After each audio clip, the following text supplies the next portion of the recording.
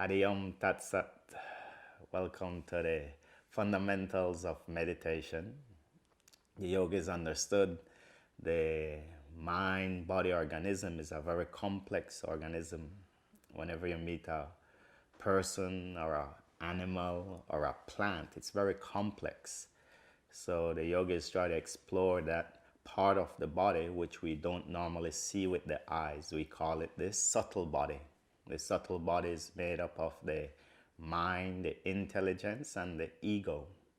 We don't normally see someone's intelligence when we just look at their body. We have to hear them speak. As they speak, then you can recognize where the intelligence has evolved into.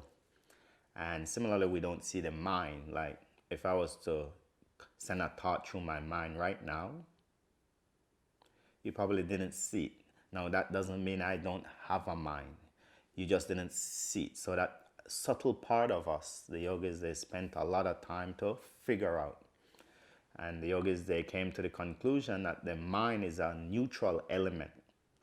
Just like the elements of the body, they're neutral. The earth, water, fire, air, ether, very neutral elements. And you can mutate them. Like, I remember I saw a documentary of a man, he ate McDonald's for 1 month and his elements went like this. And if anyone was to go on a juice fast, if you juice fast for a month, your elements will go like. So the elements are neutral, you can mutate them. The mind is an element as well, and that mind is mutable as well. So the yogis understood the mind can be mutated to be our best friend, or it can be mutated to be our worst enemy. The yogis understood the mind develops certain psychic thought patterns, and depending on which culture you're born into, you develop a certain psychic pattern. Like I'm born in the Caribbean, so I think like a Caribbean person. I spent a lot of time in the Himalayas. I think like someone in the mountains. So the yogis understood the mind is neutral, and then thoughts will enter your mind, stay for a while, and then leave. That's another thing they recognize, that nothing in this world is, that's another thing they recognize, that nothing in this world is permanent. Everything in this realm that we live in is transient. Not even our thoughts are permanent. And thank God for that. So the thoughts, they enter the mind, stays for a while, then leaves. And then another thought comes in, stays for a while, then leaves. And as the yogis, they explore the mind, they recognize that most of the thoughts, when they enter the mind, they are either coming from the past or they're coming from the future. If you were to ask yourself right now, if you had thought of the past today, you'd probably say yes. And if you ask yourself, have you thought of the future already? You'd probably say yes as well. So the yogis, they understood that if it was just a thought pattern, me, you, everyone on this planet would be completely happy and satisfied. But that's not the scenario. It's not just a thought pattern. When those thoughts enter the mind, along with it, the thoughts are bringing emotions. And it's the emotions which drains or uplifts the mind. So if you have thoughts of the past, the normal emotions that will be attached to thoughts of the past are anger, sadness, happiness, frustration. If you have thoughts of the future, you'll have emotions such as hope, excitement, fear, anxiety. So throughout the day, a lot of thoughts are going in and out of the mind, and a lot of emotions are going in and out of the mind. So the normal human being today goes through a lot of different planes throughout the day. So the yogis, they recognize, okay, the mind is an amazing gift from God, and the mind has that ability to project in the past. The mind has the ability to project in the future. The mind also has the ability to be in the present moment. And so when you sit down for meditation, that is what we're trying to do. We're trying to bring the mind in the present moment. Our culture doesn't facilitate that aspect of the mind enough. Normally, we are only in the present moment for a split second. Like when you meet your friend for a long time. This is the mind in the present moment. Hello, how are you? You look good. That's the present moment. The next sentence that come out of people's mouth is normally already projected from the past or the future. Oh, last week I did this. Oh, tomorrow. So we live in the present, but only for a split second. So the yogis, we want to, that split second, take it into a longer time. And if you ask anyone on this planet who wants to live their life at its fullest, everyone will say, I want to do it. So how do you do it? The yogis recognize by living in the present moment. When you can live in the present moment, you can actually start to be so mindful of everything. A lot of time we have a conversation with someone and the body is right in front of you and say, hello, this, that. And then the person look right back at you and say, what did you just say? In other words, the body is there, but the mind was in the past or future. So the whole process of meditation is to help us to start to live in the present, so that it's not just when you sit down for your 20-25 minutes, it's off the mat as well. So that when you speak to someone, be in the present with the person. When you eat your food, really honor your food. When you walk through the park, being present in the park. A lot of times people go to the park and then you can still see the facial expression. The thoughts are in the past or future and they're not in the present enough. So the whole journey that we're going to explore is how to let us live our life at its fullest. And then the yogis understood, as you bring the mind in the present, you're starting to liberate the mind of all the tension caused by the emotions from the past or future. You liberate the mind into a place of contentment. And when the mind is calm, the yogis understood, it gives us a pathway, a channel to connect to our higher self. Higher than the mind. The yogis refer to it as the Atma, or the spiritual self. So through the journey, we bring a harmony with the physical body, we bring a harmony with the mind, the subtle body, and we bring a harmony with the true self. The self who's really hearing me right now. The yogis understood we are much more superior than the elements, earth, water, fire, air. We are much more superior than the mind and its emotions. But they're part of our covering, so we got to bring harmony with them. And the process connects us to our true self. So the fundamentals of meditation is breaking down our different layers. So the yogis understood before we can still the mind, we first have to learn to still the physical body. Body in Sanskrit is called kaya. Stiram is stillness, stillness of the body. And as you still the body, with time, you will see the mind starts to get relaxed as well. And then when the mind is relaxed, then we can connect to the higher self, and all the beautiful qualities from within us starts to manifest in our being. All the emotions of the higher centers, love, compassion, empathy. We touch those higher emotions from the higher self. So let's get started. The fundamentals of meditation. I want you to sit in a nice cross-legged seated posture. Bring your spine tall. Use the power of your legs. Push the legs down, spine tall, palms onto the knees. Touch the tip of the thumb to the tip of the index finger. And then close your eyes softly. Kaya Stiram, stillness of the body. Take your awareness to the right foot from the toes to the heel. The right foot is still. To the left foot is solid.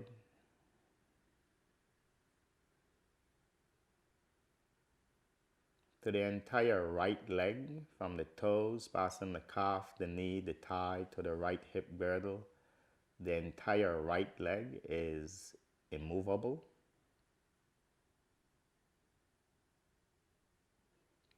To the entire left leg is stable.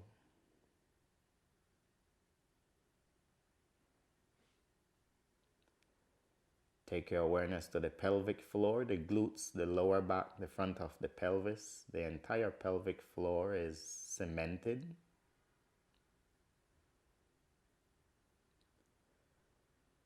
Take your awareness to the entire back. The entire back is still.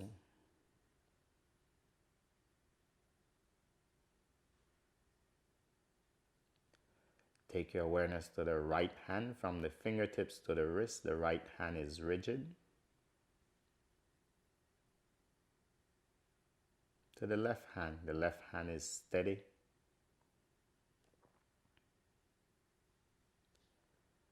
To the entire right arm from the fingertips passing the wrist, the forearm, the elbow, the upper arm to the right shoulder blade. The entire right arm is immovable.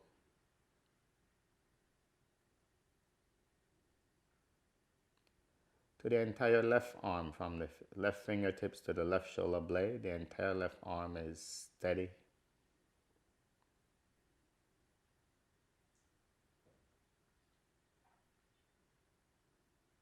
Take your awareness to the neck is motionless.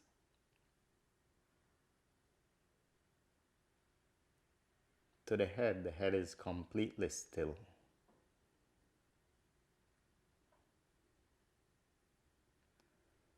Take your awareness to the entire body and imagine your entire body is like a statue, immovable, stable.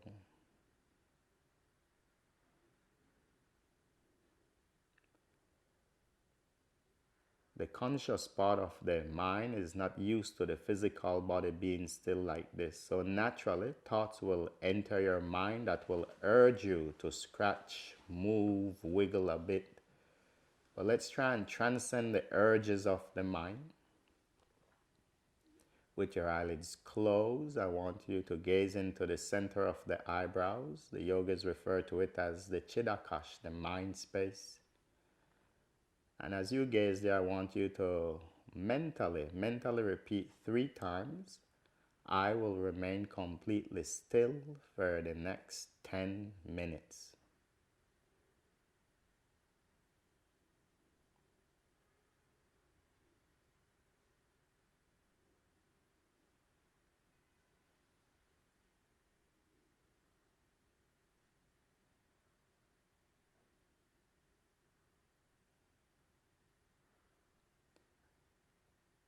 And as the physical body starts to move into stillness more and more with time, let's work on stilling the mind.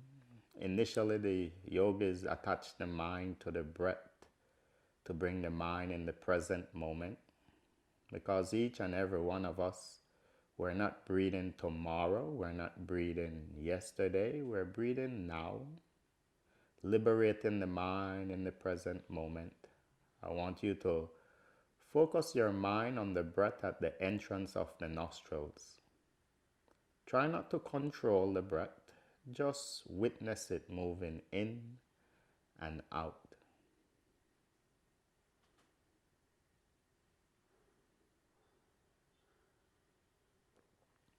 And see if you can identify the slight temperature change of the breath. Your incoming breath is slightly cooler. Your outgoing breath with your body's heat is slightly warmer.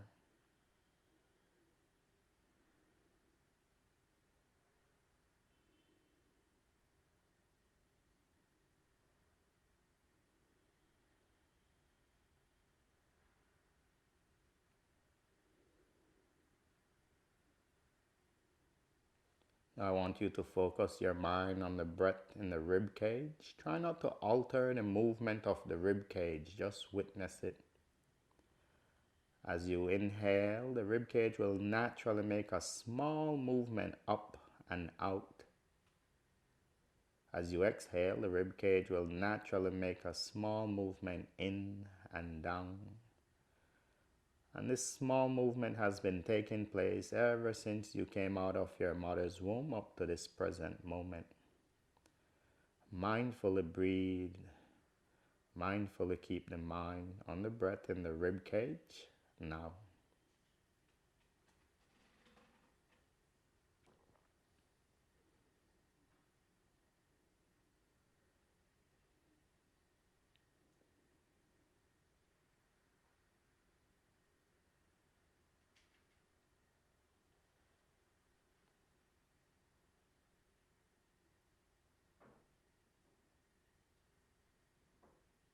Now let's move the focus of your mind to the breath in the abdomen. Try not to alter the movement of the abdomen, just witness it. As you inhale and exhale, the abdomen naturally makes a small movement out and in. And again, the thoughts from the past or the future wants to come, but none of those thoughts are as important as your breath. It is the breath which keeps us alive. Stay with the breath in the abdomen now.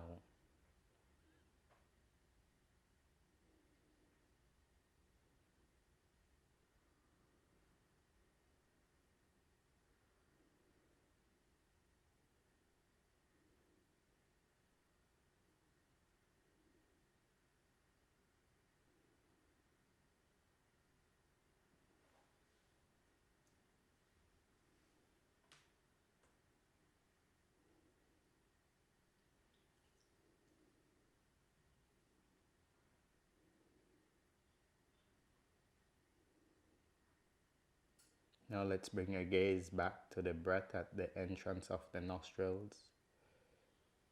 Feeling the cool air entering, the warm air leaving.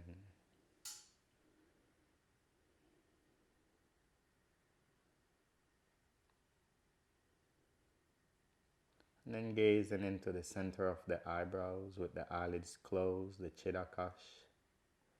And just be a witness. Whatever comes up in the mind, shapes, forms, colors, just be a detached witness. If no thoughts, nothing comes up in the mind, just appreciate the inner silence of the mind. Keep your gaze in the center of the eyebrows now.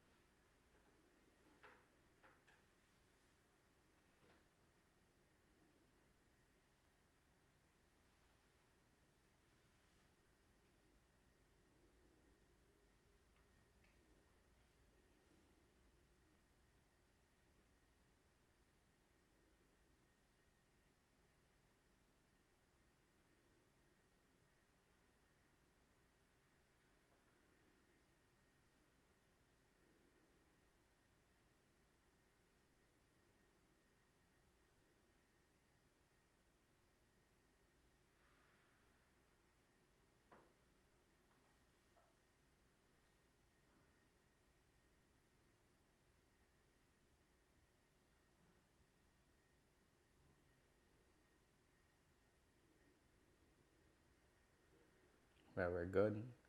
And now bring the gaze back to the breath at the entrance of the nostrils and grateful for the breath.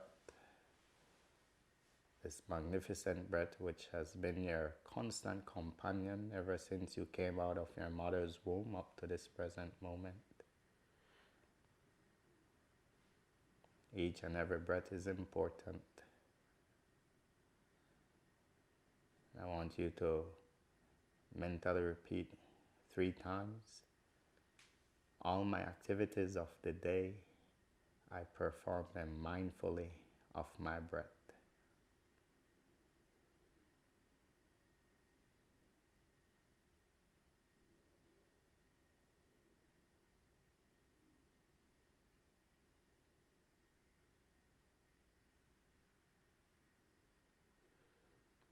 Let's break your sternum slowly.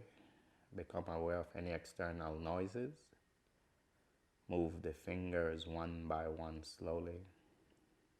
Blink the eyelids. Open the eyelids fully.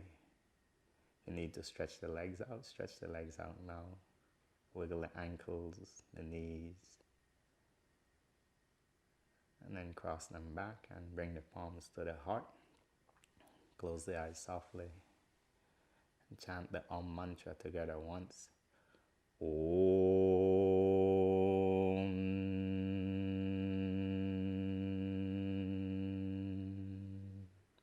Inhale deeply. Exhale slowly. Lower the head towards the Lord within the heart. Namaste. Lift the head. Thank you. Hari Om Tat Sat.